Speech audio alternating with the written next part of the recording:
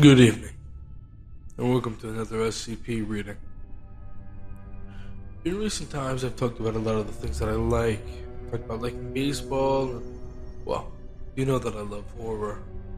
But one I haven't expressly stated was my love for mafia films. I mean, come on. The Godfather is a classic. With that being said, I'm going to give you an offer you can't refuse.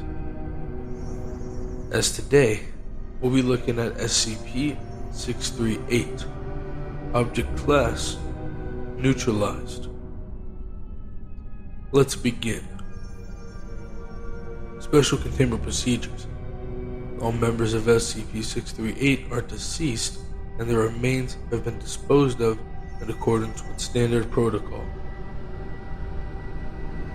Description: SCP-638 was the Pulaski Crew, an organized crime squad active in the 1910s as part of the larger Chicago Spirit. While Chicago Spirit boss Richard D. Chappell was not a member, he organized the group and led their only major heist in 1914. The Pulaski Crew was comprised of 5 anomalous individuals designated SCP-638-A through E. SCP-638-A, Louis Bagel Bernstein, 31, Jewish-American, pyromancer. SCP-638-B, Mads Moody, 38, American, anomalous strength. SCP-638-C, Guiseppe Permontto Fiori, 34, Italian-American, anomalously persuasive. SCP-638-D and E, Anum and Autumn, 41, Chinese, twin thaumaturges. SCP-638, led by Chappell, used their anomalous abilities to perpetrate the 1914 heist of the Federal Reserve Bank of Chicago. Over the course of 19 minutes, SCP-638 was able to eliminate security, take hostages, and gain access to the vault, which contained 2,000 short tons of gold bullion as part of a classified government handoff. The Chicago Police Department and embedded Foundation agents stormed the facility and detained SCP-638, finding Richard Chappell and all the gold conspicuously absent. Embedded Agent Chad Pick began performing preliminary interviews on the members of SCP-638 to attempt to ascertain the location of the bullion and the whereabouts of Richard D. Chappell. Addendum 638-1. Interviews. Interviewer: Agent Chad Pick. Subject: SCP-638-A. Begin log. Detective, what can I do for you? I think we both know the answer to that question. Refresh my memory. I want to know where the money is. I want to know where the man is. And I want it now. You think I know where Mr. Chappell is? And even if I did, give me one good reason why I would tell you. I know you know where he is. And I've got 30 reasons that a federal judge is more than happy to give you. You think that scares me? I'm not afraid of a little time behind bars, Detective. But at least in jail I'll be alive. Have you ever met Mr. Chappell, Detective? No, I can't say that I have. Consider yourself lucky. Usually in this business, the closer you work with someone, the less you fear them. For Mr. Chappell, the opposite is true. I worked with him on one of the biggest robberies ever planned, and I'm just as scared of him as everyone else. Is that right? No more. I've seen what he does to snitches. I'll take some time over that any day. But of course, this is all moot. And why is that? Because, Detective, I don't know where he is, and frankly, the less I talk about him, the better. Fine, okay. But I know you know where the gold is. Another folly, Detective. I haven't killed anyone, which means I'm free of capital punishment, and I'm still largely in the prime of my life. Assuming I know where it is, why shouldn't I just serve my time and then come back for it as a free man? And what makes you think you're the only one with that idea? What? you're smart, but it doesn't take a genius to figure it out. The other 4 are planning the exact same thing. And who's to say they won't get out early for good behavior? Even if they get released a week before you, it'll be enough. By the time you're walking out of those gates, they'll be halfway across the country with enough money to buy everything in their way. So you can either let the idiots have it, or tell me, and knock a few years off that sentence. I'm out of Sing Sing a little earlier. Silence. SCP-638A is sweating profusely. I don't know where it is, but I know what happened to it. What? The twins. I was the can opener, they called me. Usually that means lockpick, but you don't exactly lockpick the Federal Reserve. I burned through the vault door itself. As soon as the police arrived, they ran into the vault and found the 3 of us standing in the lobby. They went in, did some of their, foreign hocus pocus, and by the time we were shooting at the buttons, it was all gone. I don't know where it is, which means neither do Fiori or Moody, but the twins do. Good to know. I don't understand. He had a plan. He always has a plan. Who? Mr. Chapel. He said he had it all planned out, but everything went to shit as soon as the tellers dropped the dime. He wouldn't let some this risky flop. He's planning something. Yeah? With Moody, no doubt. Paluco's worshiping the ground he walked on. He'd take a slug for the boss. They're up to something. I know it. End log. Interviewer, Agent Chad Pick. Subject, SCP-638-B. Begin log. Mr. Moody. Yeah, Care to answer some questions for me? I ain't no rat, Bo. I see. Pity. Your associates didn't have the same incorruptibility. What? I have Bagels singing like a bird in the next cell over. I bet he was the smart one, right? Wisehead? Yeah. Then why don't you go on and follow his lead, huh? Don't be a patsy. Spill the beans. What do you want to know? You said it yourself, Gumshoe. Bagels and the boss planned it all out. I was just the Bruno, supposed to keep the bulls off of us and the schmucks in line while we emptied the place. Sure. But I want to know how you got in. I already... You got 2 peepers, don't you? Yeah. Then tell me what they saw. Don't take the fall for their plan falling through. Cooperate, and you'll get out the can a little early. It was the wop, Parmesan, whatever. Permontto. Yeah. He knew Strega, one of them witches the Mafia uses. The boss went over with him to have a chat with her and worked out a deal. What do you know about the deal? Jack shit. Big man keeps his affairs private. Good thing, too. I don't want none of that deal with the devil business. But at the end of it, she gave us a few little bottles of this hooch. Said if we drank it, everyone would think that we were bank guards till we did something to make them think otherwise. Like shooting at them. So you think the Italian knows more than he's letting on? They always do. That's why I never dealt with the outfit. Hinky little shoppers, they'll stab you right in the back. It sounds like you have something personal against Mr. Fiori. Well, I've worked with him before. Didn't go well? Take a fucking guess. We got pinched 2 miles outside the city.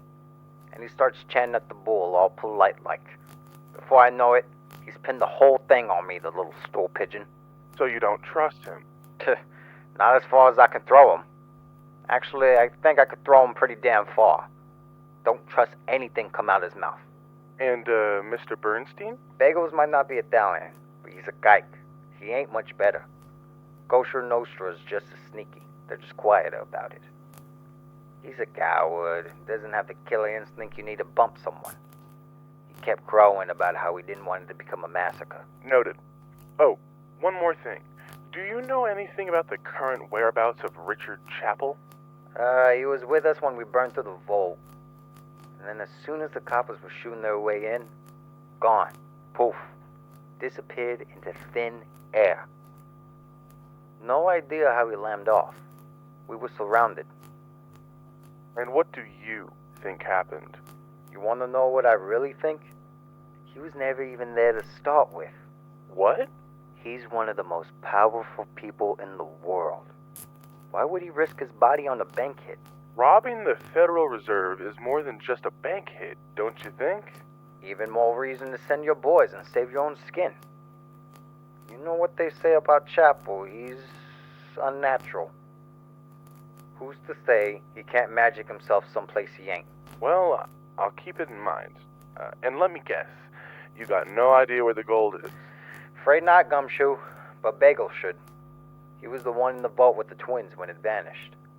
He could have stopped them, but he didn't. Means he was in on it. I see.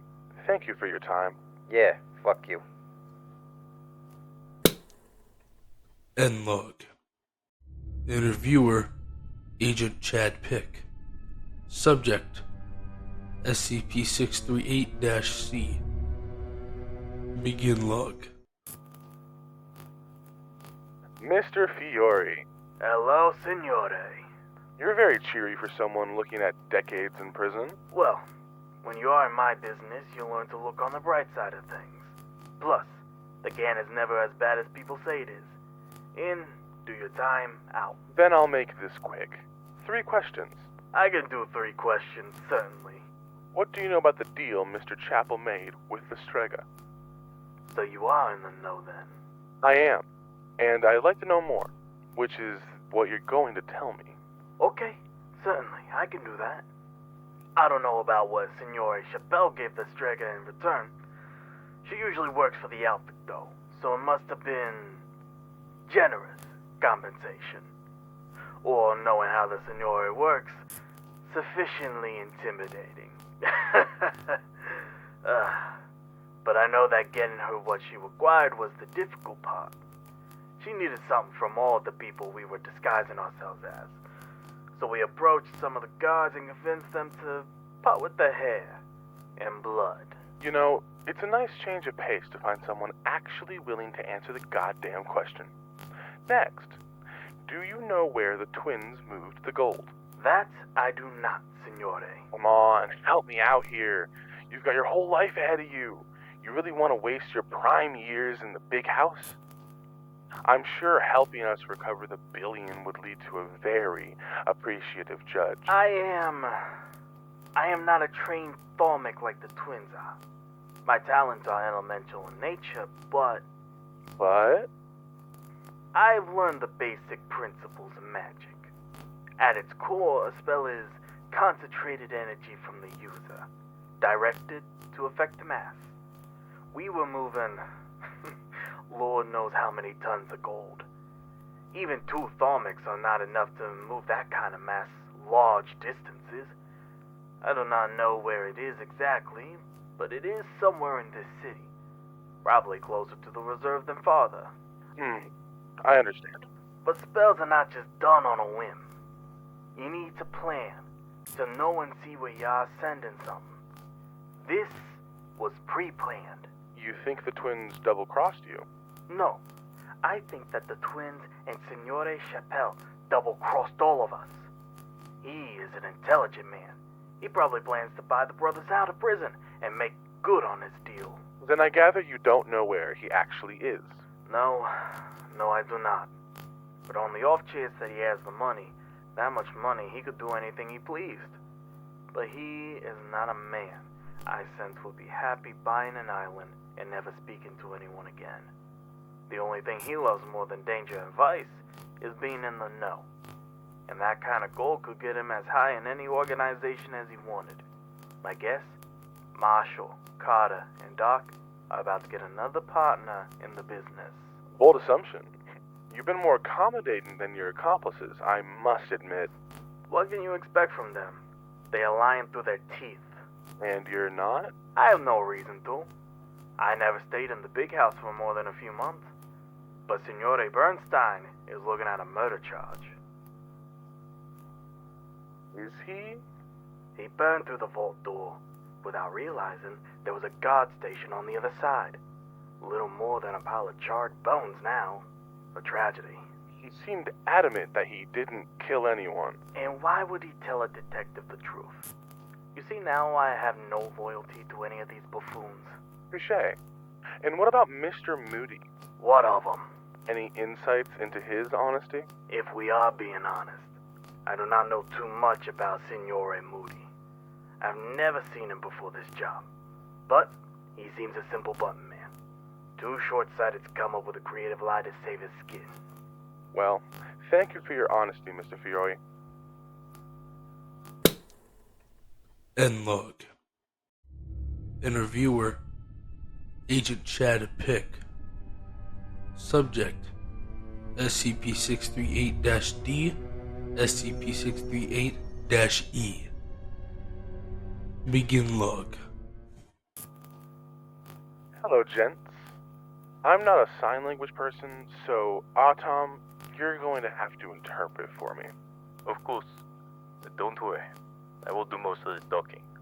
Right. So, fellas, let's get down to brass tacks. Where is it? Where's what? Don't jerk me around. Where's the goddamn gold? I know you two haven't moved it far. You seem tense, officer. What are you, my doctor? Perhaps you have a personal stake in finding the bullion. And what kind of stake would that be? Does it matter? Chicago is a big place, officer. You'll never find it without us. And I think you know what we want. Don't test me. I'm not here to make deals. SCP-638-D signs something. We are. Watch that tongue, boy. Unless you want yours cut out too. Silence. What is it? Both stare. How did you know my brother's tongue was cut, Detective? Bagels told me. SCP-638-D signs something. I'll consider it. SCP-638-D raises 7 fingers. What's that mean? 7. The number of bottles we were given. Silence. Would you like to parley, officer? At this point, Detective Pick ordered the stenographer out of the interrogation room at once. The remainder of this interview remains untranscribed. End log. Addendum 638.2. Abridged Historical Report. The day following the arrest of SCP-638, embedded Agent Chad Pick failed to clock in at Precinct 17 of the Chicago Police Department. The following day, a concerned co-worker investigated his apartment, finding the door blown off its hinges. The interior of the apartment was wrecked, showing signs of a significant struggle. Blood was spattered across the ripped furniture and shredded wallpaper. Detective Pick's corpse was discovered stuffed into a closet and in an advanced state of decomposition, indicating he had been deceased for at least a week prior to the heist. Tufts of hair were missing from his scalp. Although he had sustained heavy internal trauma and beating, the cause of death was determined to be exsanguination. After additional officers arrived at the scene, the bodies of SCP-638-D and SCP-638-E were discovered stuffed into a large garbage receptacle in an alleyway behind the building, wrapped in a canvas. Causes of death were a single gunshot wound to the head apiece. It is unclear how or when either individual escaped the police precinct. Richard Davis Chapel remains at large. The spoils of the heist have never been recovered. Well, I must say, when I think of stuff like this with mob and everything, another good one I think of is The Sopranos. Damn, I gotta watch that again sometime. But anyways, I've been Site Director McCallahan, and I hope to see all of you again very soon. Have a good day.